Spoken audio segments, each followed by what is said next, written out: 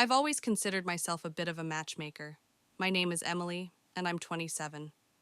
For as long as I can remember, I've been obsessed with the idea of love and making connections between people. I've set up countless friends on dates, and a few of them even ended up getting married. But this story isn't about my success rate. It's about the most unexpected matchmaking I've ever done. It all started when my best friend, Sarah, asked me to be her maid of honor. Sarah and I have been inseparable since college, so of course I said yes. Sarah's fiancé, Jack, is great, but he has this one friend, Tom, who is, let's just say, a bit of a loner. He's 29, a tech genius, but socially awkward to the point that most people don't know how to handle him. Sarah and Jack wanted Tom to be part of the wedding, so he was the best man.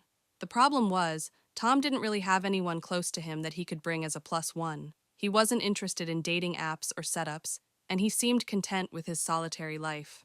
I saw this as my ultimate matchmaking challenge. I decided to get to know Tom better. We started hanging out in group settings first, and I quickly realized that beneath his awkward exterior, Tom was incredibly kind, funny, and insightful. He had a passion for astronomy, which was something I knew nothing about, but he could talk about it for hours. I thought if I could just find someone who shared that interest, they might hit it off. One night, after one of our group hangouts, I suggested we grab a late-night coffee. I know.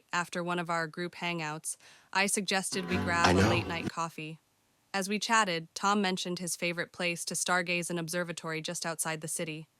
That's when it hit me. I knew the perfect person. My coworker, Lisa. Lisa is 26, smart, and loves anything to do with science. She had mentioned a few times how she wished she had someone to stargaze with. The next day at work, I casually brought up Tom and his interest in astronomy to Lisa. Her eyes lit up, and I could see the wheels turning in her head.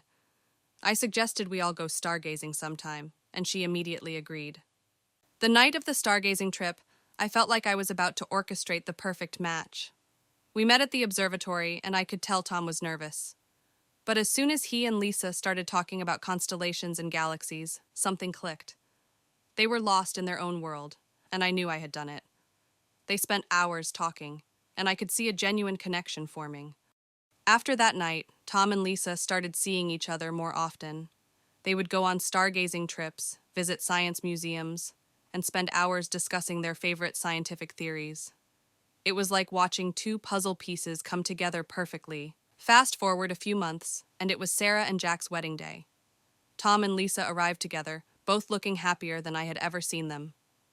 During the reception, Tom pulled me aside and thanked me.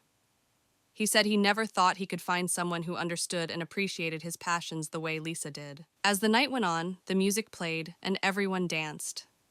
I watched as Tom and Lisa swayed together on the dance floor, and I couldn't help but feel a sense of pride. My matchmaking had worked, and it was more than just setting up a date. It was about connecting two people who truly complemented each other. Now, Tom and Lisa are inseparable. They've even talked about starting a joint astronomy blog to share their passion with others. Looking back, I realized that the best matches aren't always about finding someone who's exactly like you, but finding someone who understands and complements your unique quirks and interests. And who knows, maybe someday they'll ask me to be their maid of honor, and I'll get to tell this story at their wedding. Until then, I'll keep my eyes open for the next potential match. After all, love can be found in the most unexpected places.